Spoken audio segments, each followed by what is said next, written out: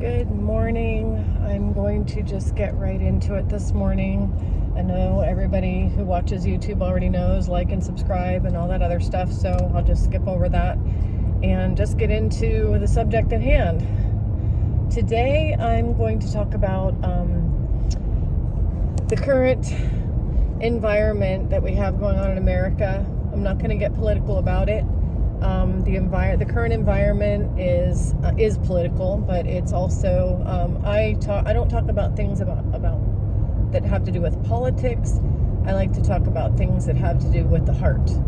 So I'm going to come in with a heart perspective and just say that, first of all, my grandparents on my dad's side, well, first of all, my mother's parents were Czechoslovakian. They were from Slovakia. They spoke English. They were born in America. My dad's parents came from Hungary right after the war. They didn't speak any English at all. They went to Ellis Island as immigrants. And my dad's parents, my paternal grandparents, never spoke English. So they lived in America. They did get their citizenship. They immigrated to America from Hungary. They got their citizenship. My grandfather worked in the coal mines. They never spoke any English. And they worked very hard. And they raised 11 kids.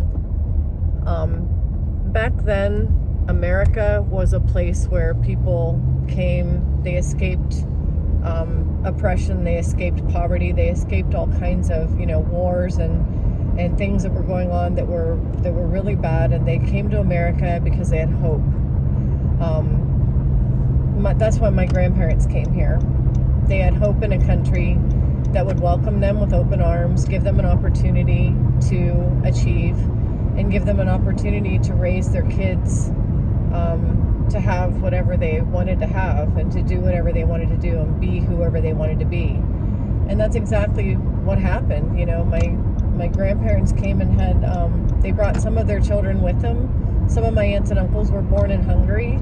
They learned to speak English. My dad and his sister were the youngest. They were born in America. They always spoke English. I don't know if my dad spoke Hungarian actually when he was little. I'm not sure because his parents did, but his older sisters and brothers spoke English, so I imagine he learned it right away. But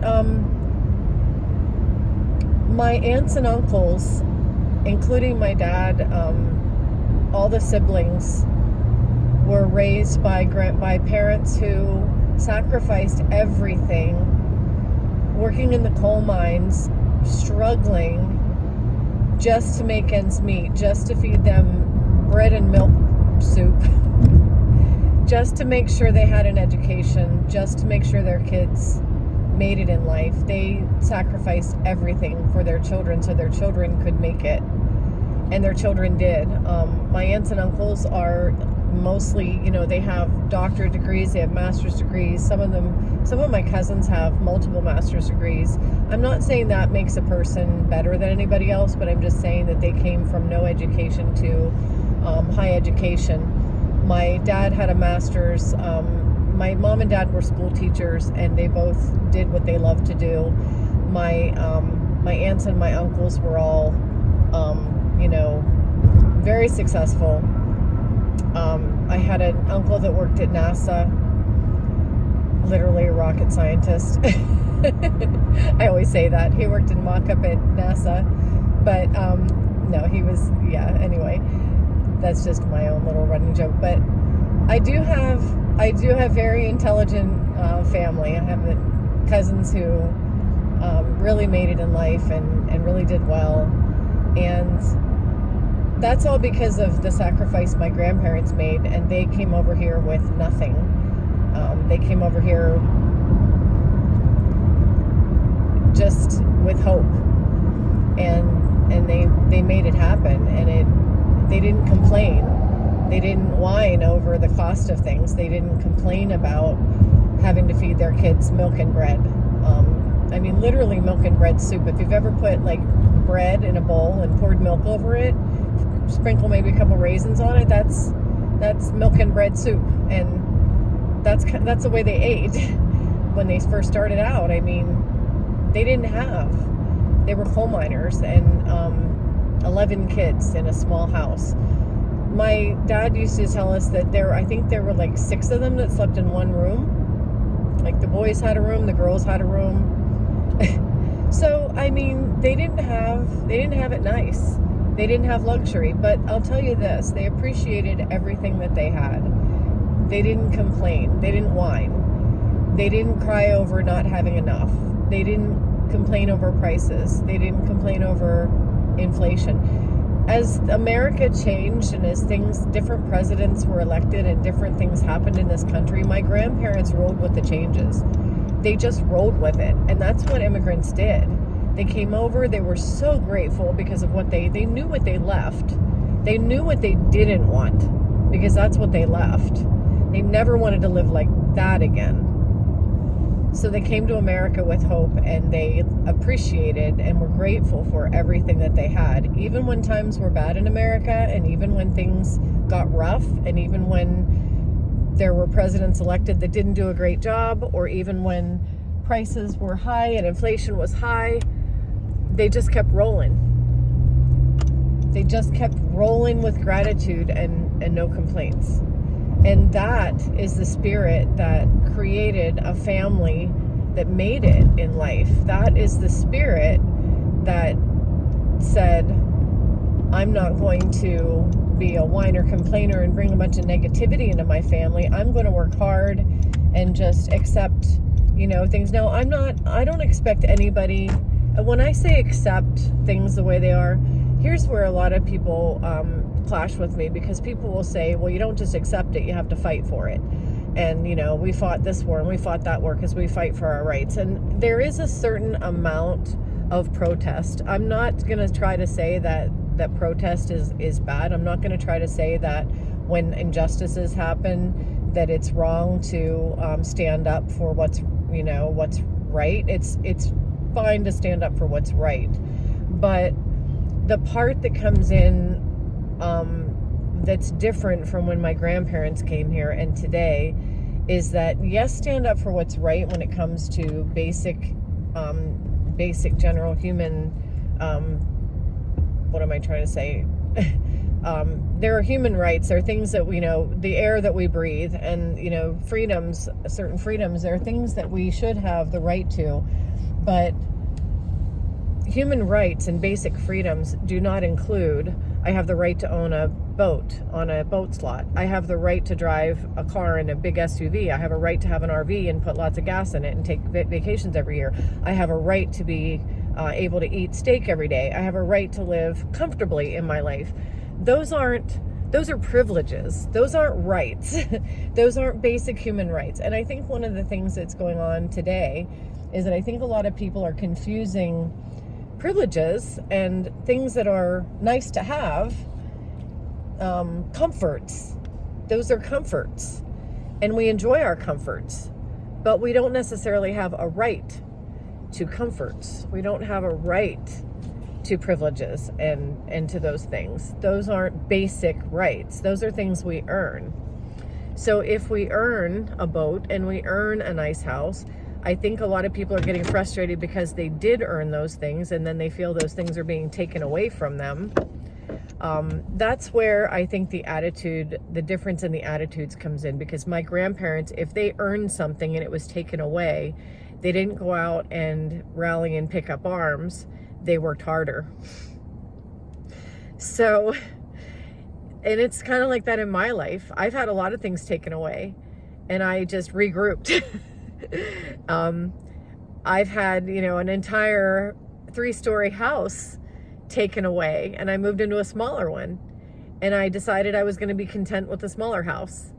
And then I moved into another one. I decided I was going to be content with that. Now I sold my house. I don't even have a home, and I'm still content. But I think that the attitude is in the heart. To fight other people, if I would have fought other people, if I would have said, oh, that divorce ruined me and it took my big house and now I don't have a big house anymore and I'm angry and I'm going to go out and fight for what's mine and I'm going to pick up arms and I'm going to go, shoot everybody that took my house. I mean, there were accountants involved, attorneys involved, my ex-husband involved. There were, there were all kinds of reasons why I don't have my house anymore, but I'm not going to go shoot them all. I'm just not, because I left and I just said, okay, well, whatever, that's not my life anymore, and I'll just start a new life, and I did. And I am no less happy now than I was then. That big house didn't make me happy. What made me happy was my heart. And what makes me happy is my heart. I didn't have nearly as much happiness inside that big giant house as I have now, because, they say home is where the heart is.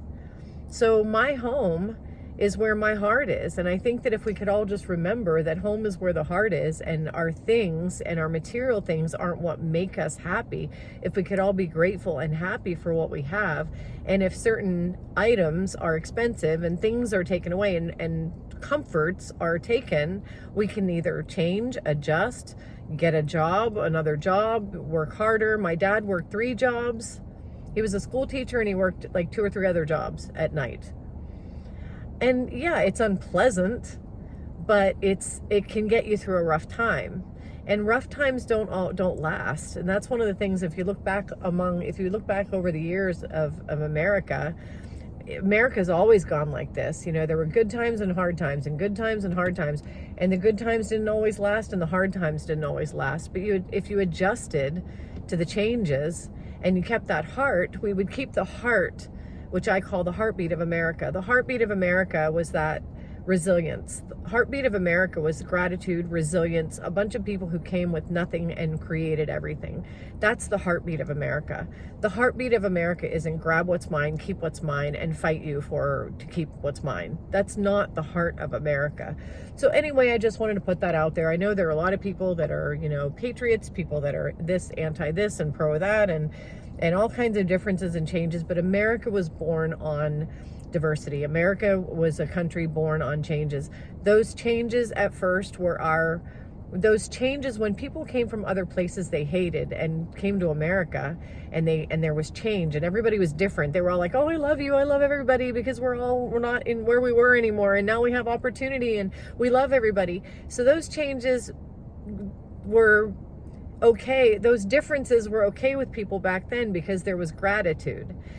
Over time, there became less and less and less gratitude, and more noticing differences, and then it became resenting differences. And instead of America being a big loving melting pot, it started to become a big resentment toward everybody else's differences. And I think that's the main thing that's plaguing our country right now.